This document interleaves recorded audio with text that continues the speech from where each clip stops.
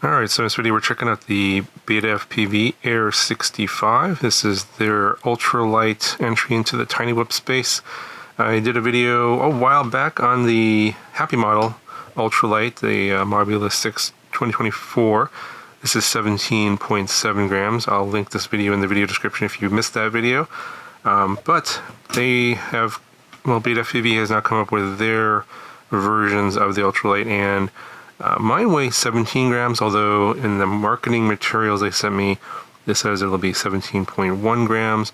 I'll show you the weights here on the scale a little bit later in the video, but yeah, they're both 17 grams.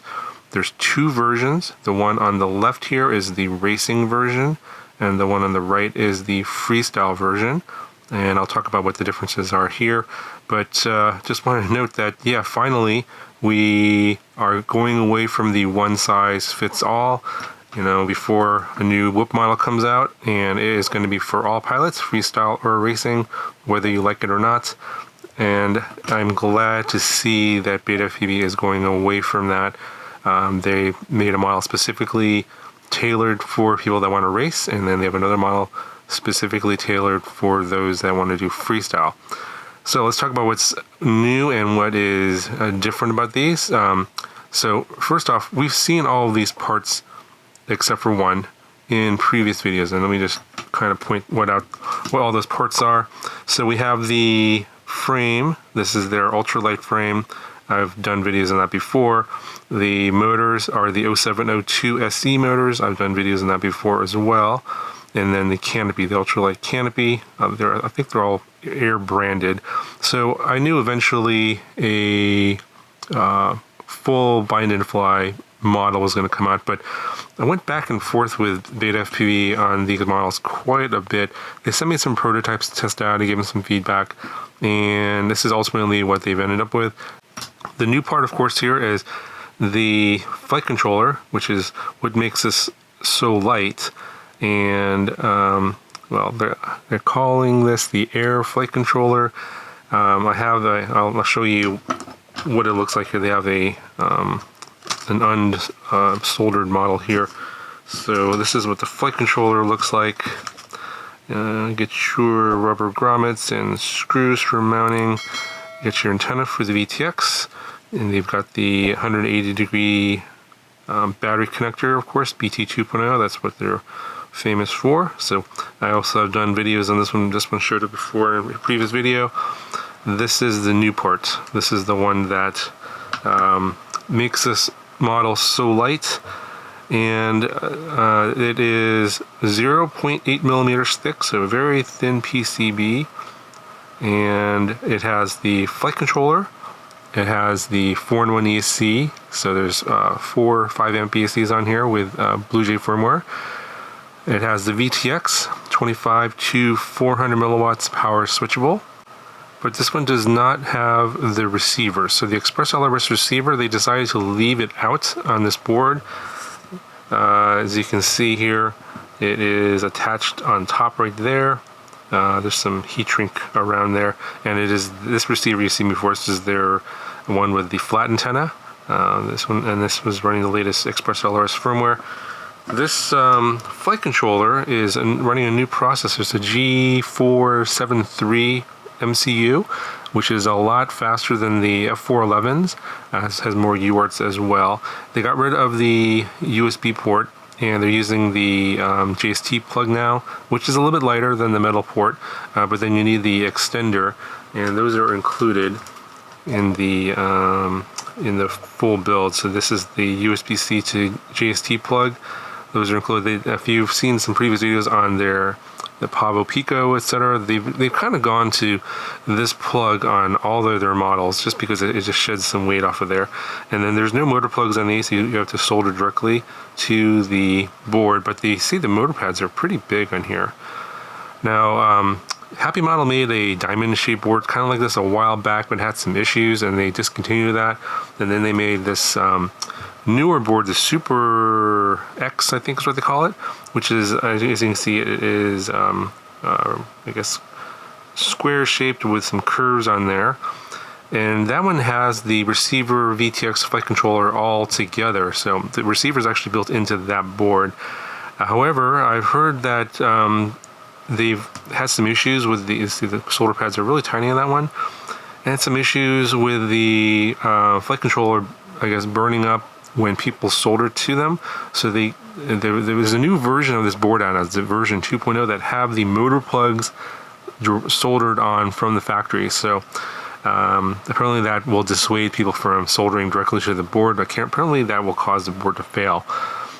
So the version 2 has the motor plugs on them directly, whereas the one I have on here, what you're seeing, is the version 1.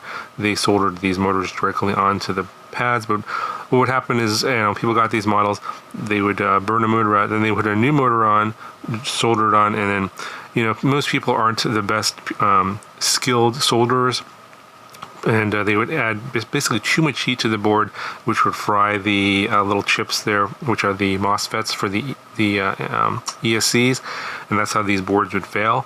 So they went to motor plugs in these. So there's a lot of trade-offs when going with these really tiny parts here and dealing with basically beginner level people that don't know how to really solder that well. They have the wrong equipment, they're adding too much heat, not enough heat, etc., and damaging the boards when they work on them. So having these bigger pads here, I think, helps mitigate that. But in order to, because you only have so much space to fit stuff on the board, in order to sort of get everything in here and have these larger pads, they decided to, in this initial iteration of the Air65, to have a flight controller with a separate Express LRS receiver. And I think that if you have, say, like if you want to go with a different receiver like FreeSky or Crossfire, then you could do that, because obviously it does not have a built-in receiver. So for those of you that were looking for products that don't have a built-in Express LRS receiver, for whatever reason you hate Express LRS, then yeah, this is a nice way to go. You can actually get the version of this without, well, you could probably, I don't know if it actually comes without Express LRS or not, but maybe you could ask them for a version without the receiver and then add your own receiver. So anyway, this is basically the key to getting the weight down as much as possible. So here's the other side of the board here. So it does have the built-in VTX. It's kind of interesting. The previous board had the built-in receiver, but the VTX would be on separately, and that's what I did in my custom build. Like, this is from November of 2023. This is their old 5 amp board, and then the VTX there is separate. This here weighs 17.3 grams, but it's not. There's no canopy because it's an inverted design. So I've obviously you can get the weight down to around the 17 gram mark fairly easily. In fact, what I'm probably going to do is take this board and build an inverted version of this without the canopy, because I forget the weight of the canopy, but I could probably get this pretty much well under 17 grams and get even better performance. Okay, so what is different between these two models? So everything's the same except for the motor KV and the props. So the freestyle version comes with the HQ Ultralight prop, and it's the 0703 SC motor, but it's 23,000 kV. And the race version comes with the Gemfan 1219S props. This is their ultralight version of their prop. But this motor KV, I believe, is, yeah, this one is 27,000 kV, so 4,000 kV more. And honestly, I couldn't get a clear answer from them as to the reasons why they chose the prop and the KV and the motor for what they did, but it makes sense when you fly them. So in terms of flight characteristics on this one here, the lower KV with this prop this is I think a slightly lighter prop than the Gemfan. So this has the lower KV has a little bit more torque, and so when you're flying this freestyle, you have a little bit more control in terms of like what you want to do in terms of throttle control. Plus, when you're at full throttle, which you'll often be at full throttle more often in freestyle when you're trying to do like power loops and other types of tricks, the lower motor KV is actually better because you don't have huge voltage sags, which is what you want to avoid. Now, when you have a racing setup here with the higher KV, with this prop here, I feel like it has a little bit more grip in the turns, which is better for racing, but This is definitely not great for freestyle. I did try to do some freestyle with this, and whenever you go full throttle, you get so much voltage sag that you end up not being able to do the tricks in the same way that you can with the freestyle version. So definitely, if you are more of a freestyle flyer, get the freestyle version and vice versa. Because if you try and get the one version and do the other types of flying, you'll find that the performance is not as great for that type of flying. And so get the one that's the version it's intended for. Additionally, they have different PID tunes for the different versions. The race version has a different PID tune from the freestyle version. Of course, that makes total sense. And the tunes, I feel, are really good for each type of flying. I didn't feel like I had any control issues or kind of weird oscillations or vibrations. Everything seemed to work really well on the tunes that they were sent with. And I flew these with the 300 milliamp hour lava lipos from Betafpv with the BT 2.0 connector. There is, as you probably guys know, there's a 260 milliamp hour version of this battery, which is a little bit shorter, weighs 1.1 grams less. I don't have those yet. They are on the way, supposedly. I haven't received any tracking information yet, so I had to get this video out on based on a certain embargo time. So I will have to make another video later on that battery on this setup here. I'm wondering if the PIDs might be different or might need to be different for the lighter battery, because what you're going to probably end up with on that battery is less flight time, of course, and probably a lot better performance, but less flight time. So in terms of flight time on this battery, for each of these, I got roughly 3 minutes of flight time, coming down to about 3.75 volts after I unplugged it. So I always check the voltage after I unplug, and the voltage recovered to about 3.75 volts. If you run these batteries all the way down to where the whoop just falls out of the sky, I believe the voltage will recover back to about 3.4 volts, and it'll sag below 3 volts, like 2.9 volts. You don't really get that much more flight time if you do that, and I'm not sure if it's worth it to destroy your batteries, because if you keep doing that to these batteries, even though they are very resistant to that kind of abuse, you do reduce the longevity of this battery. So just something to keep in mind. But you know, if money's no object and you just want to destroy the batteries and buy more, by all means, go for that. All right, so here is the weight of the racer version, 17 grams, and the weight of the freestyle version, this one's 17.1 grams. And then with the batteries, we're at 25.4 for the freestyle, and then the race version with the battery is 25.4. Oh, and in case I forgot to mention, the camera is the same as the one from the previous generation, the CO3, I believe is what it's called. So no difference there in terms of field of view or image quality. Really, the only big difference here is the flight controller. That is the main reason why this is so light. And of course, they've added that external XpressL receiver, and then they removed the USB port now using that JST plug.